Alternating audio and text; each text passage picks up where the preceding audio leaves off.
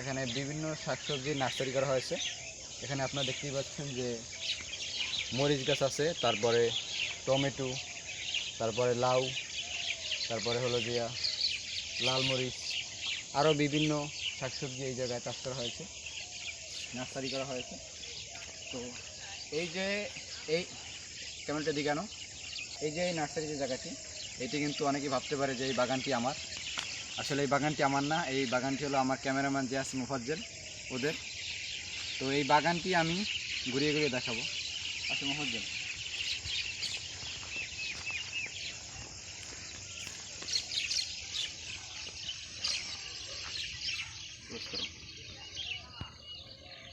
লাউ গাছে লাউ ধরছে অনেকগুলো। এই লাউ গাছে তো কতদিন লাগছে? এগুলো লাগছে প্রায় ধরো তোমার মাঝখানেকের মতো লাগছে।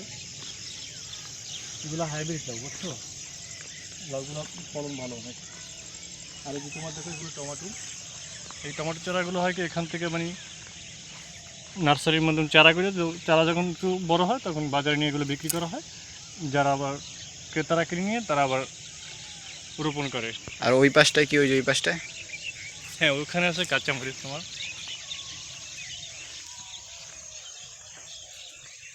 এগুলো হচ্ছে আমাদের বেগুন। এই যে তোমাদের সাদা বেগুন আছে, তারপর যে তোমার একটু হচ্ছে ওই যে সিংলাত বেগুন যেটাকে বলে বাংলা ভাষায়। তারপর আছে তোমার তাল বেগুন, যেটা বড় বেগুন একটু।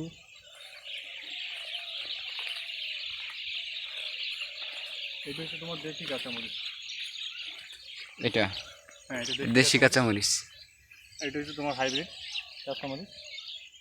আর ওই যে সাইডে আবার করলা গাছ আছে বিভিন্ন ধরনের।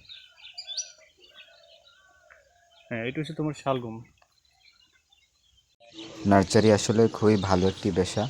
যাদের চাষের মতো উপযোগী জমি রয়েছে তারা আসলে জমিটি ফেলে না রেখে জমিটিতে বিভিন্ন ফসলাদি চাষ করতে পারেন।